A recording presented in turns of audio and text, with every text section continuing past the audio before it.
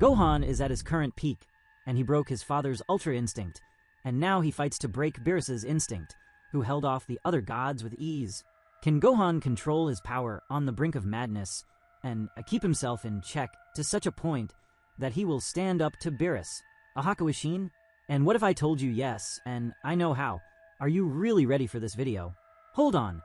My dear beastly friends, calm yourselves. Hey, go subscribe to the channel, leave your like, and activate the bell. Share it with your friends, because this is just too insane. Gohan versus Beerus, proving that he can indeed protect the Earth from what's coming. What we saw in the current arcs, and the end of the manga, before it went on hiatus, brings this premise, that now Gohan is the protector of Earth, allowing Goku and Vegeta to fully concentrate their strength on other universes in future sagas. These sagas being the universes that were present in the Tournament of Power, such as Jiren's universe, and also the visit to Sadala, and some development regarding Sidra's universe, where they tried to manipulate Universe 7's defeat. Anyway, that being said, here we have the passing of the torch, entrusted to Gohan by none other than the warrior who had protected Earth until now. Goku, not always alone, nor doing everything by himself, but somehow everything always ends up revolving around him in a twist, so that, in the end, he becomes the most important piece, as we saw against Cell. Even though Gohan was the strongest Super Saiyan, it was Goku who gave everything to bring peace to Earth, giving his life and helping with the final Kamehameha. And it was the same with Majin Buu, even though Gohan was stronger, and the return of F, where Gohan wasn't even training anymore. But all of that changed after he became a father, of course, and wanted to protect his daughter Pan. He started training with Piccolo and came in strong in his new movie, followed by his saga, and he became his best version yet, Gohan Beast. We know that for a long time, Gohan was considered the prodigy of Universe 7.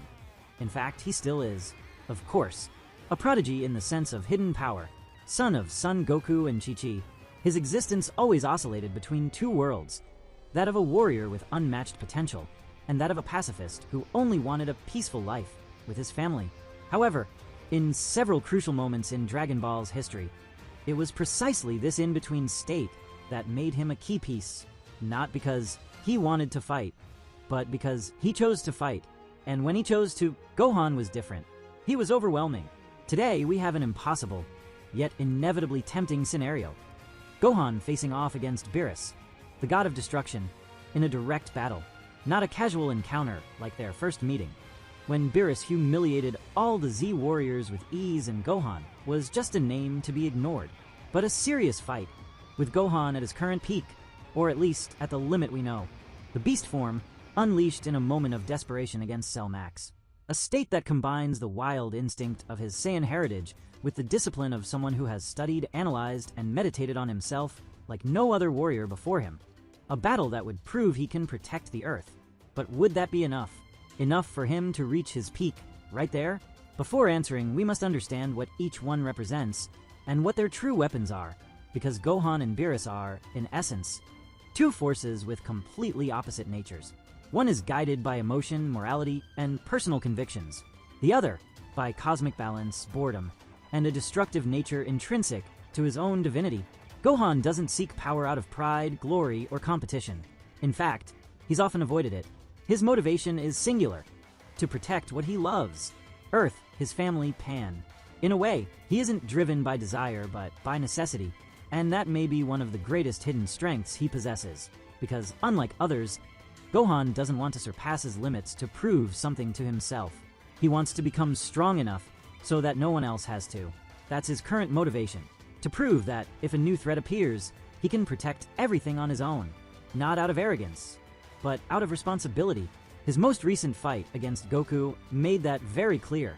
Gohan not only matched his father in combat, something that in itself is a monumental feat, given Goku's battle history throughout the entire series, which was more intense and consistent than Gohan's, but he also managed to temporarily break Goku's Ultra Instinct, forcing him to stop fighting on autopilot and think again like a warrior seeking improvement.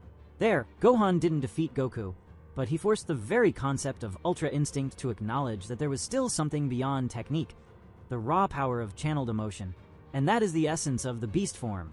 This transformation, which awakened during the battle against Cell Max, is a breaking point, It doesn't follow the natural evolution path of Ultra Instinct or Ultra Ego, like Goku and Vegeta. It's something separate, unique to Gohan, a pure manifestation of his rage, yes, but refined by his intelligence, his focus, and his love. With silver hair and intense red eyes, Gohan Beast looks more like a mythical beast than a warrior. But this state isn't uncontrolled savagery. It's the perfect fusion of emotion and reason, something Gohan may be the only one capable of sustaining, along with Broly currently as well, whom Vegeta insists seems to have the aura of a beast. And that brings us to the great dilemma. Even with all this power, could he really face Beerus? The same god who, with a simple move, defeated Super Saiyan 3 Goku like swatting away an annoying fly? The deity who faced all the other gods of destruction in a group clash, and came out without visible injuries, keeping a calm smile on his face, as if it were just a warm-up. Beerus is a mystery. To this day, we haven't seen his true power. What he has shown has always been restrained, like someone who doesn't see a need to make an effort. When he faced Goku, he didn't even break a sweat. When he interrupted the gods' battle in the manga, he did so with such ease that it terrified even Quitella, who is known for his arrogance and strategy. He is the pinnacle of destruction, but also of unpredictability. He sleeps for decades, eats ramen, and fights over pudding, but he can erase a planet in seconds. The battle between Gohan and Beerus, therefore, is not just physical. It's philosophical. It's a clash between someone who seeks to preserve life and someone whose very existence is defined by destroying it. It's a duel of cosmic roles. If Gohan had had more action in the latest arcs, maybe this power gap would be smaller. It's fair to imagine. What if Gohan had participated in the battles against Moro, Granola, and Gas? Against Moro, he would have learned to deal with magical abilities and energy drain, forcing him to explore more of his ki control and endurance.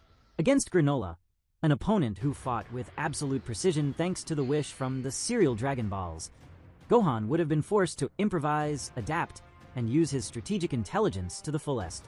Against Gas, the most powerful warrior in the universe for a time, Gohan would have faced pure chaos, an adversary with diverse techniques, unmeasured brutality, and emotional instability. These experiences would undoubtedly have refined his combat style. Perhaps then, the beast form wouldn't just be an emergency state, but a stable power, cultivated and honed like Ultra Instinct. But that's not what happened. Gohan was absent, and that creates a gap.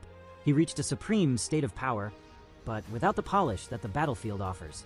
Beerus, on the other hand, lives in a constant state of readiness, even if his appearance says otherwise. He represents a threat not because he trains incessantly, but because his nature places him above most. When he trains with Whis, he does so to maintain the balance between his destruction and his function. He's not a traditional warrior. He's a force of nature. That said, Gohan has weapons that few possess.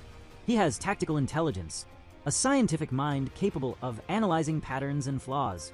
This, combined with his ability to unleash extreme emotional boosts in critical moments, makes him a fighter who can surprise even the most prepared opponents.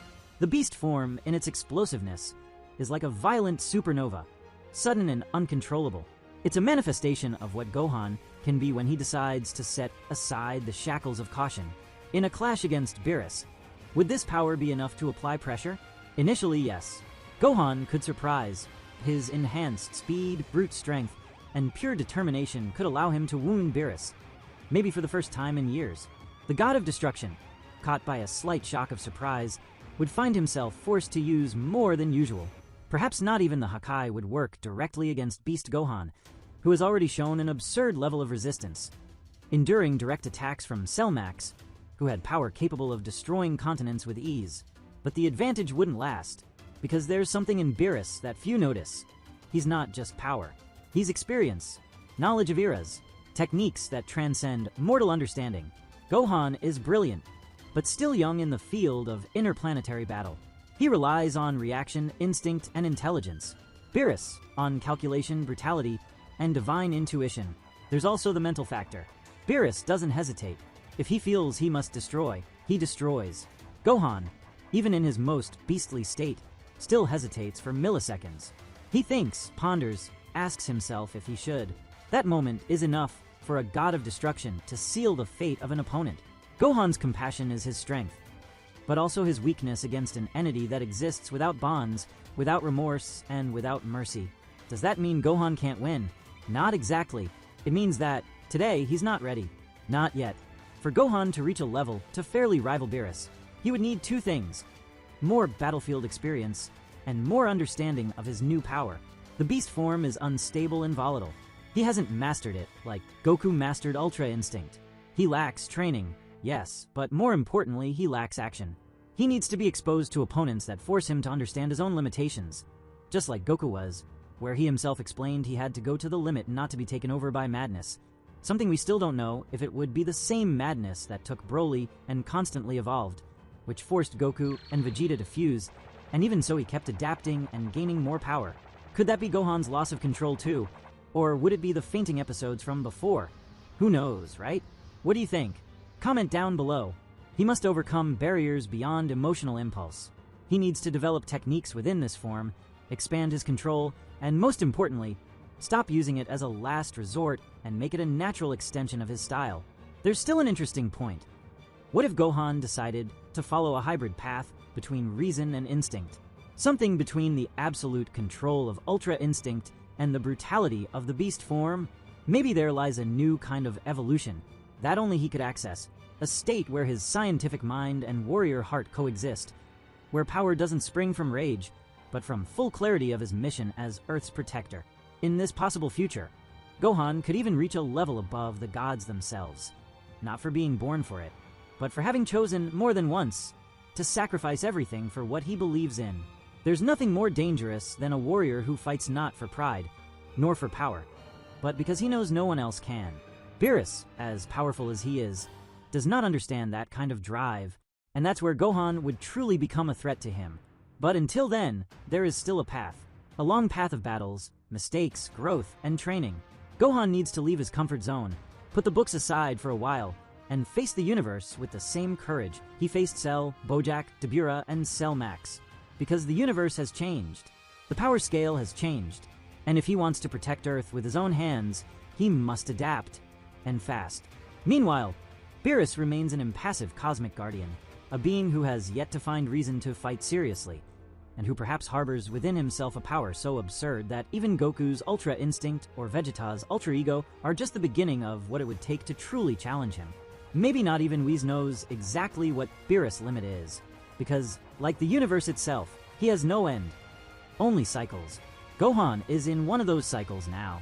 No longer a frightened child, no longer a reluctant warrior, but also not yet a definitive savior. He is an in-between step, a foreshadowing of something grand that may or may not bloom. The fight against Beerus, even if hypothetical, shows us this, how much he has grown and how much he still needs to grow. In the end, this battle is not about winning or losing. It's about being ready. And today, Gohan still isn't. But tomorrow could be different. Because if there's one thing all gods fear, it's the emergence of someone who doesn't fight for glory, nor for power, but because they know no one else can. And that someone inevitably might just be Gohan. In the end, we'll still find out why Beerus truly feared that the Saiyans would break the cosmic parameters and bring him balance. And not Frieza. We'll have that and many other answers